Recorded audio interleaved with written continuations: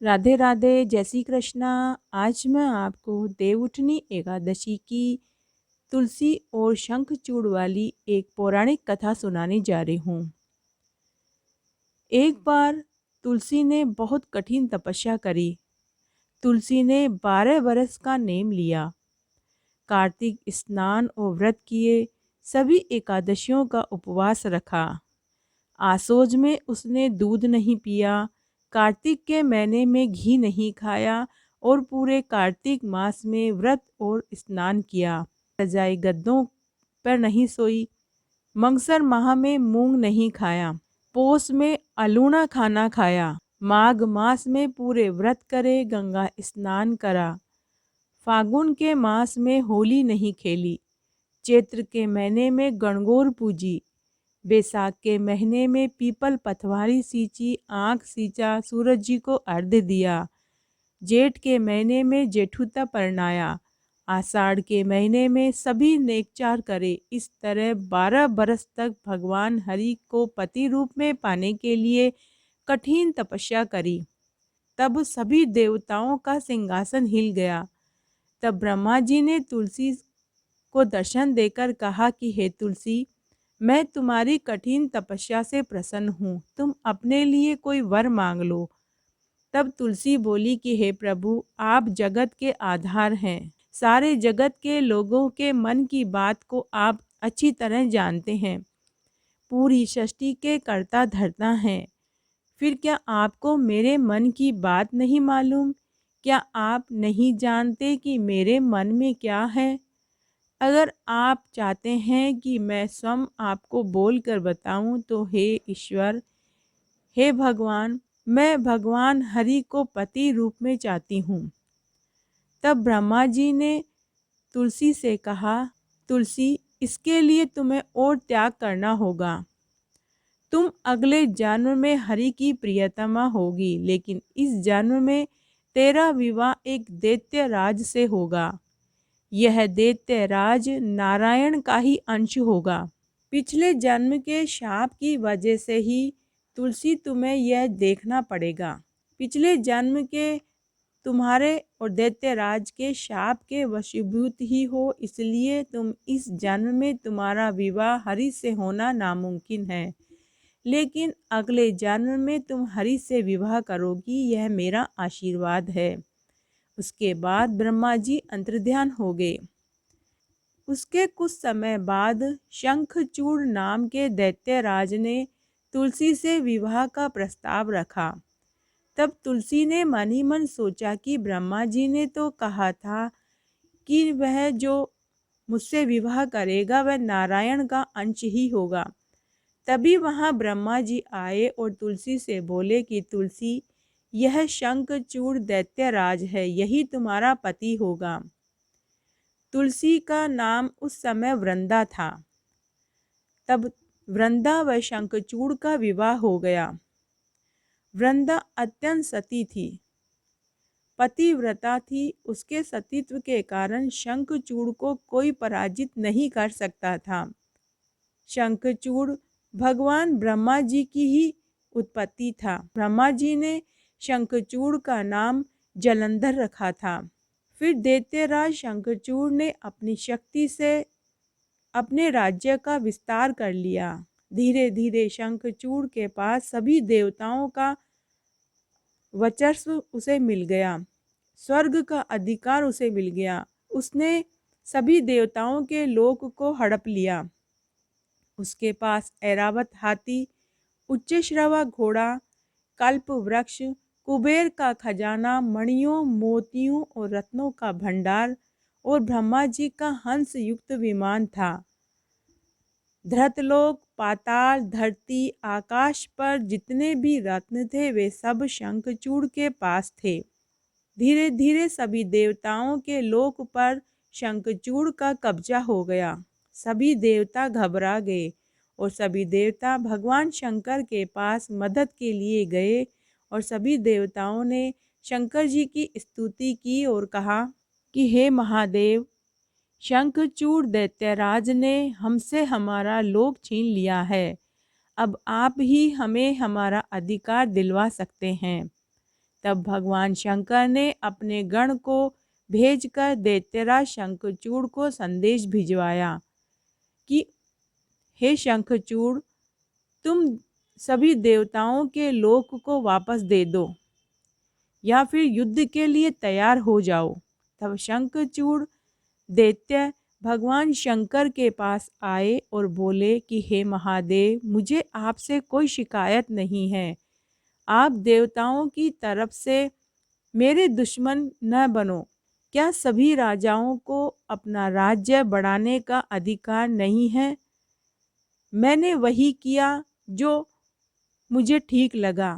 सभी राजाओं का ये अधिकार होता है कि वह अपने राज्य को बढ़ाएं, तो मैंने भी वही किया। मैंने भी अपने राज्य को बढ़ाया है। फिर मैंने क्या गलत किया? मैंने युद्ध करके सभी देवताओं से उनका लोक पाया है। अगर आपको वो सारे लोग वापस चाहिए तो आपको मुझसे युद्ध करना पड़ेगा।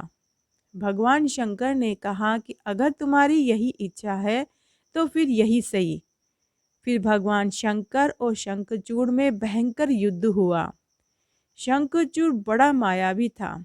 वह माया रचता था, जिस वजह से कभी वह अदृश्य होकर युद्ध करता था तो कभी वह हजारों की संख्या में उपस्थित हो जाता था।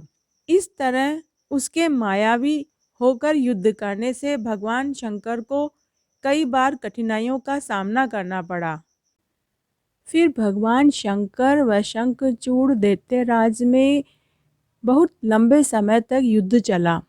इस युद्ध में किसी की भी हार और किसी की भी जीत निश्चित नहीं हो रही थी। यह युद्ध बहुत लंबे समय तक चलता था क्योंकि दैत्यराज शंखचूड़ बड़ा मायावी था। वह युद्ध क्षेत्र में अदृश्य हो जाता था। भगवान शंकर शंखचूड़ को मार नहीं पा रहे थे क्योंकि वह युद्ध क्षेत्र में दिखाई ही नहीं देता था।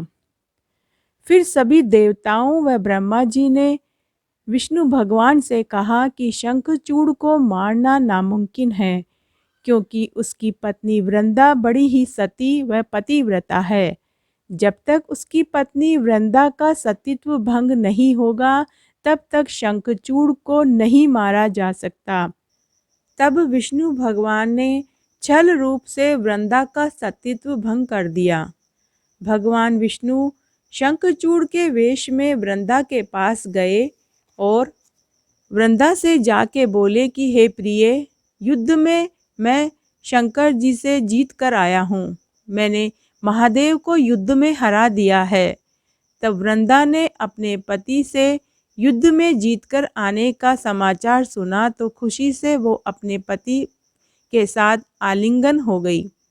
कई दिनों तक वृंदा छल रूप से आए हुए विष्णु भगवान के साथ, जिन्हें वह अपना पति शंखचूड़ समझ रही थी, उसके साथ विहार करती रही। इधर वृंदा का सतीत्व नष्ट हुआ, उधर भगवान शंकर ने शंखचूड़ को अपने सुदर्शन चक्र से मार डाला। जैसे ही शंखचूड़ मारा गया तो मायावी शंखचूड़ बने विष्णु भगवान अपने असली रूप में आ गए। वृंदा ने जैसे ही अपने पति के स्थान पर विष्णु भगवान को देखा तो वह क्रोध से भर उठी और उसने क्रोध में आकर विष्णु भगवान को श्राप दिया कि आपने मेरे सतीत्व को नष्ट किया है, इसलिए आप इसी समय शीला हो जाओ। तब भगवान विष्णु ने खुशी खुशी उसके शाप को ग्रहण कर लिया और कहा कि यह सब पहले से ही निश्चित था। तुम्हारा सतीत्व खराब नहीं जाएगा। अगले जन्म में तुम तुलसी बनोगी। मेरे ही अंश शालिग्राम से तुम्हारा विवाह होगा और तुम मेरे सिर पर विराजमान रहोगी। और जो भी मनुष्य कलयुग में कार्तिक मास के महीने में तुलसी और शालिग्राम का विवाह करवाएंगे, उनके 7 जन्मों के पाप नष्ट हो जाएंगे और उनकी 7 पीढ़ियां सभी सुखों को भोगेगी। साथ ही शंखचूड़ का त्याग भी व्यर्थ नहीं जाएगा। शंखचूड़ की हड्डियों से शंख बनाया जाएगा। जो हवन यज्ञ पूजा में शंख बजाएगा मैं हमेशा वहाँ उनके पास उपस्थित रहूँगा और उनके सभी दुखों को दूर करूँगा और उनके सभी कार्य पूरे करूँगा। जहाँ जहाँ मंदिरों में, घरों में, यज्ञ स्थान पर, हवन में शंख बजाया जाएगा, वहाँ सभी अलौकिक शक्तियाँ उपस्थित हो जाएगी। नकारात्मक ऊर्जा समाप्त हो जाएगी, वहाँ सकारात्मक ऊर्जा का प्रवेश होगा और शंखचूड़ शंख बनेगा। मैं उन सब के कार्य सिद्ध करूँगा। तब वृंदा की राख से तुलसी का पौधा उत्पन्न हुआ और उसका नाम ब्रह्मा जी ने तुलसी रखा और कार्तिक मास में तुलसी व शालिग्राम का विवाह करवाया जाने लगा है।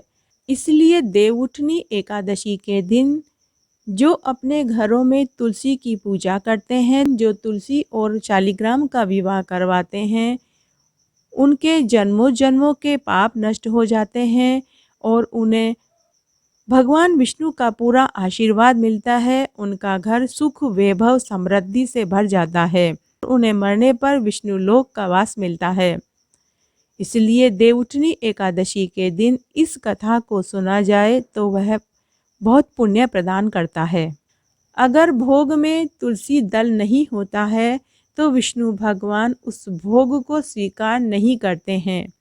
इसीलिए देवउठनी एकादशी के दिन जो इस कथा को सुनता है, कहता है और हुक्कारा भरता है, उन्हें सब सुख प्राप्त होते हैं और 84 के फेर से उन्हें मुक्ति मिलती है और वो विष्णु लोक में वास करते हैं।